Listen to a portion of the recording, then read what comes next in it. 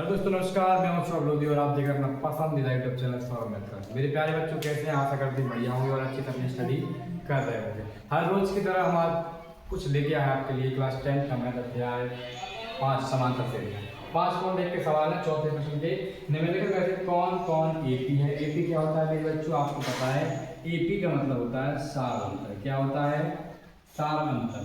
ठीक है, तो एपी है कोई एपी है तो इसका सार अंतर याद कीजिए और इसके 3 पद याद कीजिए। ठीक है मेरे बच्चों, कितने पद याद कीजिए? 3 पद याद। ठीक है, सवाल दिया है 2, 4, 8, 16। हम इसको हल करते हैं। ठीक है, देखो इसको मानते हैं ए वन बराबर कितना दिया है? 2 दिया है। A2 बराबर कितना दिया है? 4 दिया है। और A3 बराबर कितना दिया है? 8। और A4 बराबर दिया है 16। ठीक है मेरे बच्चों, तो हम सार अंतर ज्ञात करेंगे। सार अंतर का मतलब क्या होता है पता है आपको? सार अंतर का मतलब होता है इनमें समान अंतर हो। क्या होता है? इनमें समान अंतर हो। ठीक है, हम निकालेंगे। सार अंतर क्या होता है? D बराबर A2 माइनस A1 बराबर होता है A3 माइनस A2 होता है और A4 माइनस A3 होता है। ठीक है, A2 का मान कितना है? 4 है। A1 का मान 2 है, बराबर कितना आ गया? 2। ठीक है, अब A3 का मान कितना है? 8 है और A2 का मान 4 है, तो कितना? 4 आ गया। ठीक है, और A4 का मान 16 है और A3 का मान 8 है, तो बराबर कितना? 8 आ गया। तो आप देख सकते हैं 2, 4, 8 ये समांतर बराबर नहीं, मतलब समान नहीं है। 2 है फिर 4 है फिर 8 है, तो यहाँ लिख सकते हैं A1 बराबर नहीं है A2। ठीक है, A2 बराबर नहीं है A3 के, तो A3 बराबर नहीं है A2। ठीक है मेरे बच्चों, हम लिख सकते हैं चूंकि दी गई संख्याओं की सूची में एपी नहीं है। एपी नहीं मतलब सार अंतर नहीं है। सार अंतर क्या होता है? जो समान होता है वही सार अंतर होता है। ठीक है मेरे बच्चों, तो ये सवाल आपको समझ में आया होगा। ठीक है, इसी प्रकार हम आपको देखो इसमें तो सार अंतर है नहीं, तो इसके तो एपी है नहीं। ठीक है, और इसीलिए हम कह सकते हैं कि इसकी एपी नहीं है। सार अंतर कर सकते हैं, जैसे दूसरा कर सकते हैं 2 5/2 3 0। ठीक है मेरे बच्चों, तो इसमें कर सकते हैं हम। देखो पहले हल करेंगे।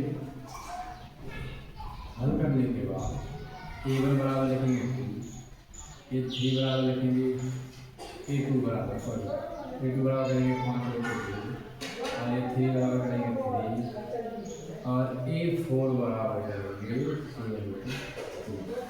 ठीक है मेरे बच्चों, अब इसका निकालेंगे हम सार अंतर। क्या निकालेंगे?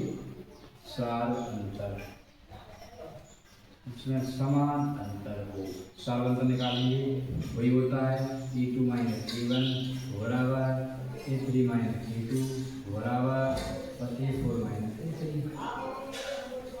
A2 का मान कितना दिया है मेरे बच्चों? 5/2 माइनस A का मान इसके बटे मान। ठीक है, इसके बटे भी मान। इसका ऐसा होता है, इसका होता है। ठीक है, 5 × 5 2 दूनी 4 2 क्या करेंगे? कितना हो गया? 1/2। ठीक है मेरे बच्चों, कितना आ गया? 1/2। इसी पर ऐसे करेंगे तो A3 का मान कितना दिया है? A3 का मान दिया है 3 माइनस A2 का मान दिया है 5/2। इसके बटे नहीं मान 3 दूनी 6 होता है मेरे बच्चों। 5 × 5 बराबर 1/2 इसका आया। इसका करेंगे, इसका क्या दिया है? A4 का मान दिया है 7/2 माइनस A3 का मान दिया है 3 7 1 7। ठीक है, 3 दूनी 6 2 1 बराबर 1/2। तो आप यहाँ पर देख सकते हैं कि A1 बराबर है A2 के, A2 बराबर है A3 की, A3 बराबर है A4 की। ठीक है मेरे बच्चे, कह सकते नहीं कह सकते?